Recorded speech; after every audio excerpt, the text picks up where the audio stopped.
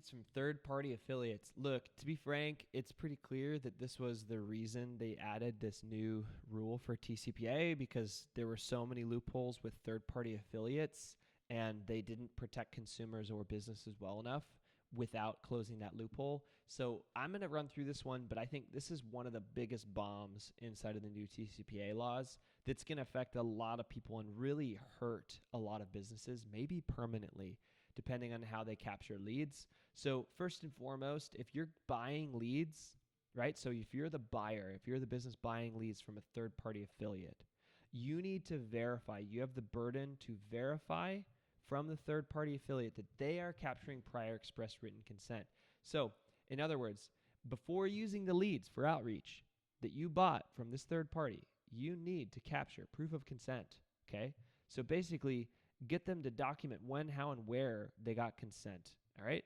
Then seller-specific consent needs to be captured, which means they need to have actually named you, the buyer, in their language for the original consent being captured. So if they have a website, let's say Company X, let's go back to our form fill. Here's a good form fill. If they're going to say, by checking this box, I provide signature and expressly consent to being contacted from Pitchit, I can't sell that lead to anyone else because I didn't expressly name who I'd sell it to. So I need to say the name Company XYZ here, right here needs to be listed who I will then sell it to. You need to verify that they have your name in that section of their disclosure. Final bit, consent language is important. So actually ask them for this exact language. Ask them to send you the whole paragraph for your legal team to review.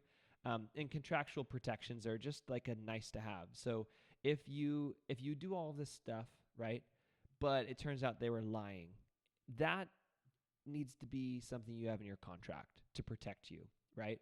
Just to indemnify your company that you did your due diligence and that they basically lied or changed the way that they did business but never told you about it, but you weren't negligent, right? So have some contractual protection. Make sure you verify. Now, for people who are third party selling the leads to buyers, this is going to be on you as well. You will want to make sure that you have all the right language in here and that you make that language available to the people who would theoretically buy this lead from you, and that you name those companies in your consent, because good buyers are going to start asking for this because they have to legally. And if they don't ask for it, they're probably going to put it in their contract, which is going to put the burden on you to reduce their risk and increase yours. So no matter what, you should always make this information available to them and get used to signing contracts that basically put you at legal risk if it turns out that you weren't verifying prior express written consent properly, right? This obviously directly affects third-party affiliates in every possible way. It drastically affects their business model overall, and probably is going to hurt their ability to sell leads to people, but it also affects the people buying these leads. Both parties need to know about this. Now, next part, so auditing lead generation funnels. Once you get the consent, you're not off the hook, right? You as a buyer are not off the hook. You need to conduct regular audits, evaluate collection methods all over again, check for any ambiguity. So it basically ensure that consent was obtained through affirmative action, meaning an unchecked box. You can't start the page with it checked. It needs to be unchecked. They need to physically check it, all right? That's affirmative action here being used. And then you can't have activity of consent implied through any kind of action other than actually implying it. So it cannot be implied through inactivity or simply using a service or browsing a website and then just assuming that now that's consent. No, that's not true. You can't just assume anything. It needs to be express written consent for very specific use cases. And then the frequency of audits, right? So they need to be routine. You can't just do one audit 6 months later. You need to have a routine. And so this is probably like up for interpretation on how often you do it.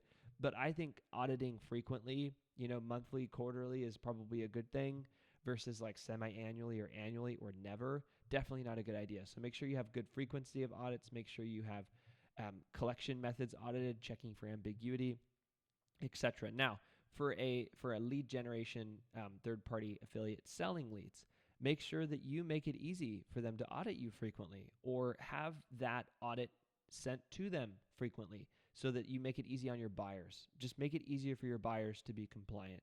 Long story short.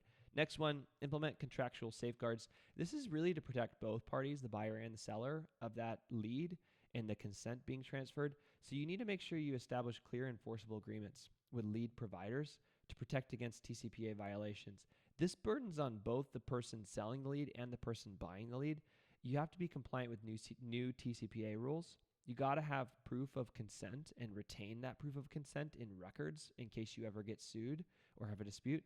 You basically have a right to audit. So you need in your contract some language that says when you come for evaluating collection methods for like a routine audit, you need to have language that says that you have a right to this, that you basically have a right to see these lead generation funnels and consent records. And then the final bit, indemnification clauses. So protecting your businesses in the event that TCP violations are in fact happening. Look, the person selling the lead, this protects both of you. The person selling the lead, right, the third-party affiliate, doesn't really have a lot of control over what the person buying the lead does with that lead. If this person sells them a lead and it's totally TCPA compliant, but then this person uses it to sell something illegal or contacts them repeatedly even after they've revoked consent, they could come after you and say, well, you weren't TCPA compliant, they didn't consent. You'd need to show your burden of proof that you were in fact TCPA compliant, right? So your contract should protect you from this kind of stuff.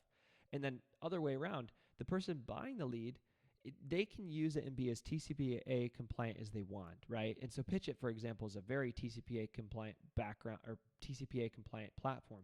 But I don't have a lot of control over where the lead comes from before a customer or a user of Pitchit loads it onto our platform. And so we, in our terms of use and in all of our contracts, we tell our customers they need to make sure that where they're getting these leads from, especially if they're third-party leads, they need to make sure that they are TCPA compliant from the get-go. And so the contract protects both ends of the marketplace. The red flags that you can really avoid is avoid vague or blanket consents. The one on our website is extremely specific. It's not a blanket consent. So pause this video if you want to read through it really quickly. But it's extremely it's extremely specific on what we're going to say to them, how we're going to reach them, who they're consenting to be contacted by, how they consented, how they can opt out of consent, etc. Any kind of missing documentation. So that's a huge red flag because, again, you do have the burden of proof. And so you've got to have documentation. If there is no documentation, it means that these are probably not TCPA compliant leads, and they certainly wouldn't be able to prove that they're TCPA compliant if you had a dispute.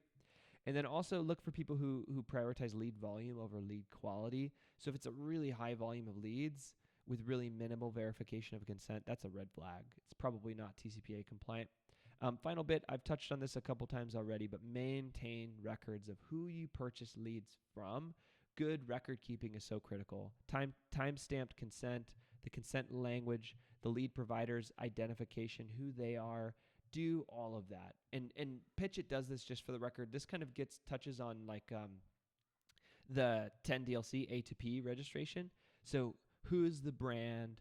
What's the use case that they are basically capturing? Make sure that you store those records, because those things can change over time. People do business differently. Leads are captured differently. And you want to make sure you maintain records of each posture at specific moments in time, so that if something changes and they're not TCPA compliant, or they fall out of compliance, that you protect yourself on that regular audit, because you can compare previous audits from future audits, etc. And without further ado, that concludes third-party affiliates and buying leads.